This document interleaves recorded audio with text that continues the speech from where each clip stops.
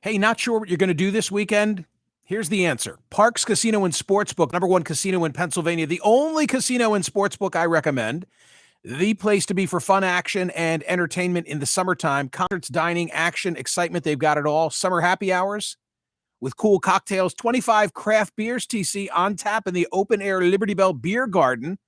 With seating inside and outside right at Parx Casino, dine at the award-winning Parx Grill Steakhouse, enjoy farm-to-table fare at the Liberty Bell Gastropub, the Bamboo Noodle House, Chicky and Pete's. What more do you want? There are over 3,000 state-of-the-art slot machines. You only need one. 3,148 table games, the area's busiest poker room, headliners at the Excite Center, free parking, no parking garages to navigate. Visit parxcasino.com for all the details. Street Road exit off I-95 in the Pennsylvania Turnpike. Got to be 21 or older. Gambling problem, call 1-800-GAMBLER. Time now for the headlines from Smerconish.com, the newsletter.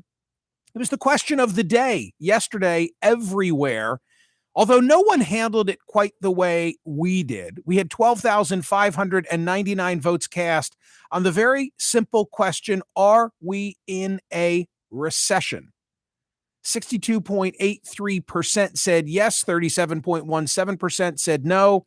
The definition usually is 2 consecutive quarters of negative growth means you're in a recession. But of course, everyone now, using the definition for partisan political purposes and seeing in the numbers what they want. I get that it's complicated. There have been 2 consecutive quarters of negative growth. If you want to say yes, but it's a very robust jobs market, okay, you can add that caveat, but by definition, it seems like we're in a recession.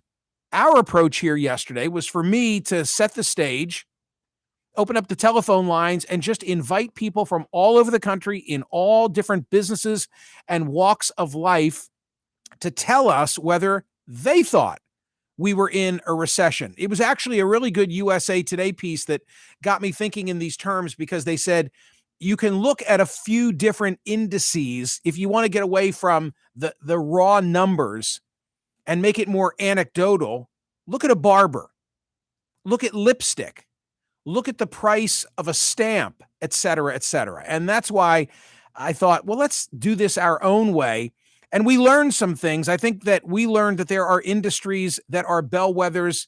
One example that was born out of the calls yesterday was a DJ at a strip club in Detroit. I can't remember whether he believes we're in a recession or not a recession. All I remember is that he thought there was okay, well, did he? Good that that's your memory. But yes, I think he did say that there was a recession, that men couldn't afford it as much anymore. That's true. And he'd been there for 20 years. Don't forget, 20 years. $1 bills. Although, is it? They're keeping their $1 bills. Is it one or is it a $5? You're asking me as though I know these things? I don't know. I don't know these things either. Are you saying what I'm hearing you say is, when I used to go to the strip clubs, it used to be one, and you're wondering what it is now? You are hearing that. I don't know that that's what I'm saying. That's what I heard. It's a good question, though, isn't it? It is a very good question. You'd think. I mean, it used to be inflation. It used to be that a guy brings you your car and you hit him with $1, right? I think, you hit him with a $5 now. Oh. So if he's getting a 5 spot, my gosh, come on, at least. Okay. Love today's survey question. And by the way, did you see the thumbnail for this presentation on YouTube? FORE. I did. And also that was, slightly editorializing by photography, I thought. Because he's on the golf course and sweating. Oh, yeah. He's not going to like that picture. You take that picture of me in my garden, 5 days a week. Take a picture of any of us these days. So here's the survey question. Have we, quote, gotten to the bottom of 9/11? I deliberately did not put the name of the speaker in the survey question. It would have immediately poisoned the well one way or the other. And I love the question on the merits without regard for the speaker, who was Donald Trump.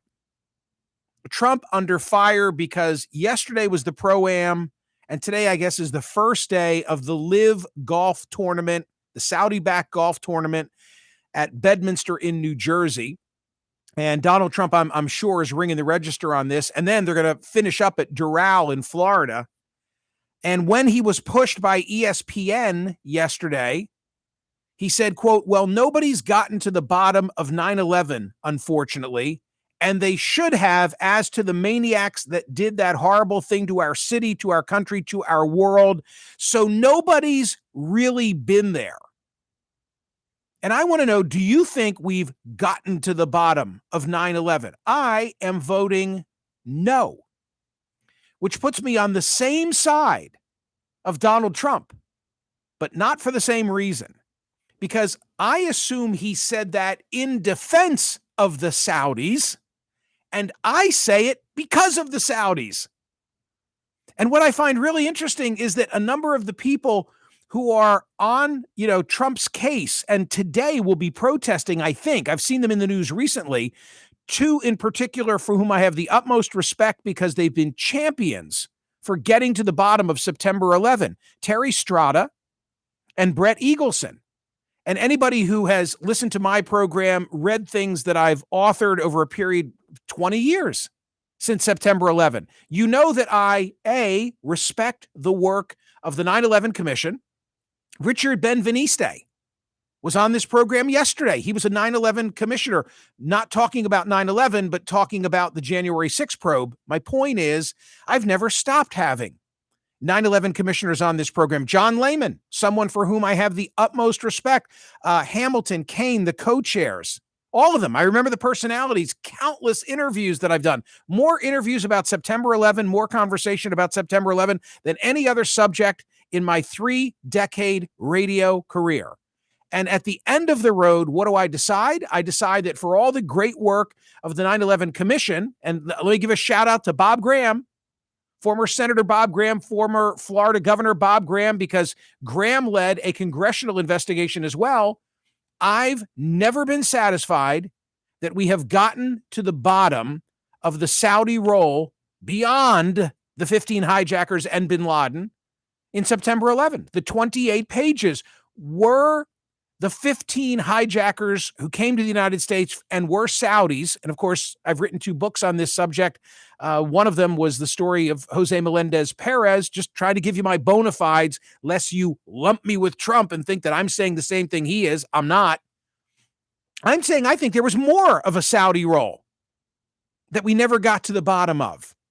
And that's not what he's saying. And the question at the top of the mind, when you look at the 28 pages, by the way, President Biden did more than his predecessors to shake those free, but they raise questions as to whether certain of the 15 hijackers who were Saudi were facilitated by people on the periphery of the Saudi royal family. So it's a really interesting survey question. I don't know what the result will be today, but I hope that you'll all go vote and tell me, do you think we've gotten to the bottom of 9/11? Because I'm not convinced we have. TC, last night I taped an interview with Anderson Cooper that they say will air tonight, but you never know, frankly. Are you a little suspicious? Yeah, It may never see the light of day. What was it on? Well, that's that matters. That's what I wanted to get to next. So it was on. It was politically focused, and it was about January 6th and Trump's standing.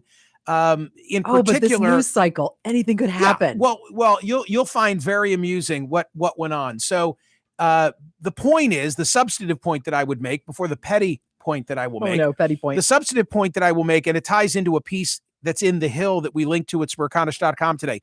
Dynamic shifts between Fox News and Donald Trump, something that I've noted here on POTUS this week. You had an editorial by the New York Post, an editorial by the Wall Street Journal, each saying that Trump is unfit for office. My word, but that's the gist of what they wrote. And I also noted that when Trump returned to Washington this week, Fox News didn't carry 1 second of his return, which is so out of step when you go back 4 years, when you go back, 8 years, and look at the whole continuum of coverage from Trump building up to and running in 2016 and 2020. So this story talks about how this is a dynamic shift, and it's totally at odds with the relationship that Trump has enjoyed with Fox News in the past. And they cite the fact that he lashed out at Fox and Friends after 2 of the show's longtime co-hosts threw cold water on polling suggestions that young voters felt Trump was the best choice. So there's a break there. And what's the significance of the break? That remains to be seen. I mean, there's no doubt, and you know that I've talked about this over a long period of time, Brian Rosenwald wrote a whole book on the subject. That conservative media structure helped build Donald Trump, although don't forget, they weren't initially warm to him. They were humored by him. And then they sort of jumped on board once the Trump train was pulling out.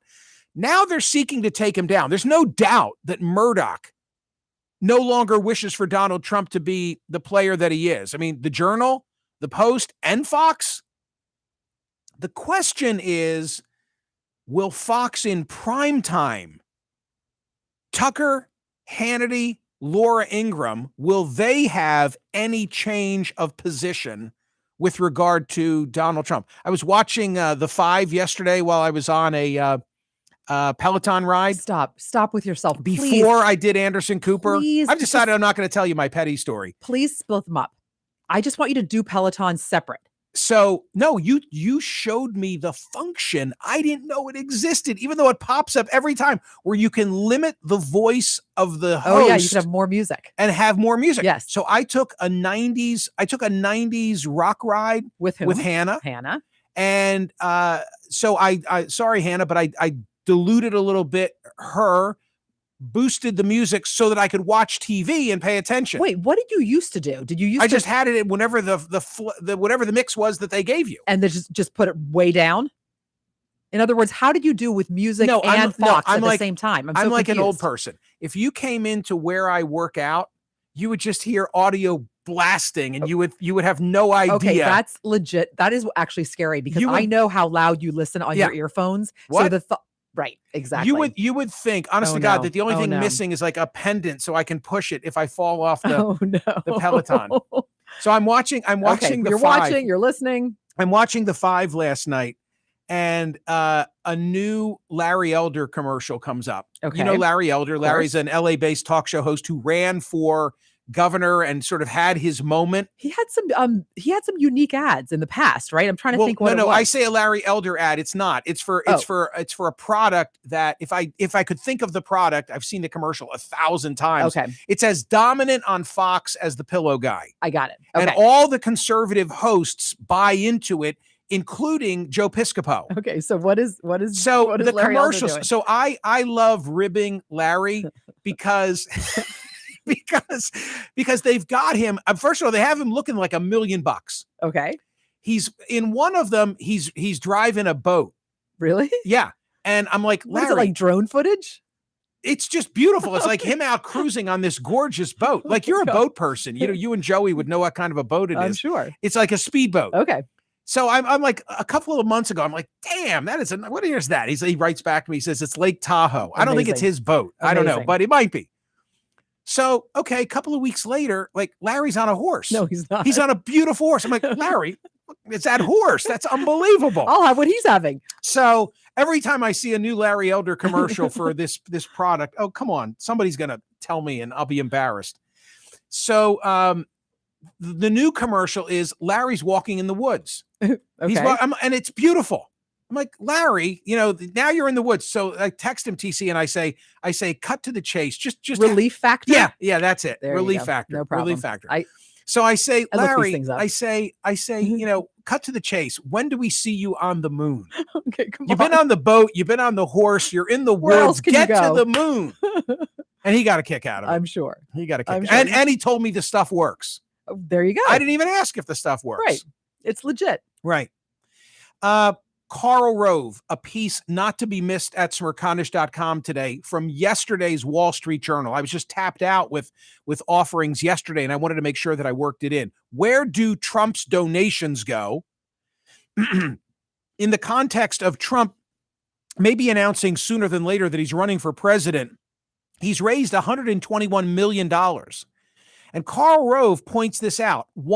Karl Rove wonders what is happening to all that money, because Trump is not spending it in any significant amount on behalf of other Republican candidates. And Rove notes this, and I want to circle back to this, TC, next week with a guest who has credentials as a Federal Election Commission commissioner. Federal. Get me somebody serious. Yeah, FECA, Federal Election Commission Act. I want an expert in campaign finance because I need to know more about this. Karl Rove says one option off the table is converting that money to a Trump presidential campaign, according to federal election lawyers. If Mr. Trump decides he must upstage the midterms and announce this fall rather than waiting, he'll immediately need to file a new committee for his presidential campaign to pay off his political expenses. So we've discussed this a little bit here on the program, and I'm not expert on it, but it sounds like there are 121 million reasons why Trump should not announce for president before the midterm. My question is, but wait, is it so simple as if the midterm is gone and now he announces he can use it? Something doesn't make sense there, but I want to know more. And I assume that the audience will want to know more as well. Joe Manchin, now being credited for saving the Inflation Reduction Act. I love that. You're against the Inflation Reduction Act? How could you? You're against the apple pie and Chevy proposition?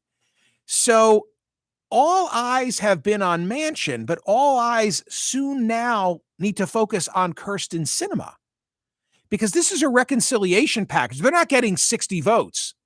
Because it's financial, and they can do this, I think, once a year. It's a reconciliation bill, so a majority carries the day. Okay, a majority is all senators and Kamala Harris, all Democratic senators. And if Kyrsten Sinema abandons the tent, this thing doesn't get done. Unless you get a Lisa Murkowski or Susan Collins, which I think is unlikely.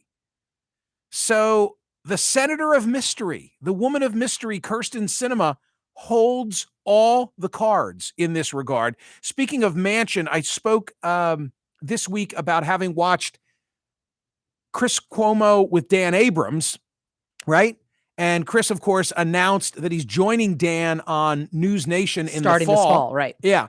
So Cuomo has a podcast, and good for him, he landed Manchin as a guest yesterday, which created a lot of buzz. Yeah. So people are starting to hear that and listen and talk. And it's also, I'm sure, he's getting back in the game. I'm sure it was Chris calling Senator Manchin like, hey, he has these connections. I'm back working the Rolodex. Oh, well, I was about to say, because we talk about Steve Scully's golden Rolodex. I think that's another one. Yeah. I who would have the stronger as between? That would be close.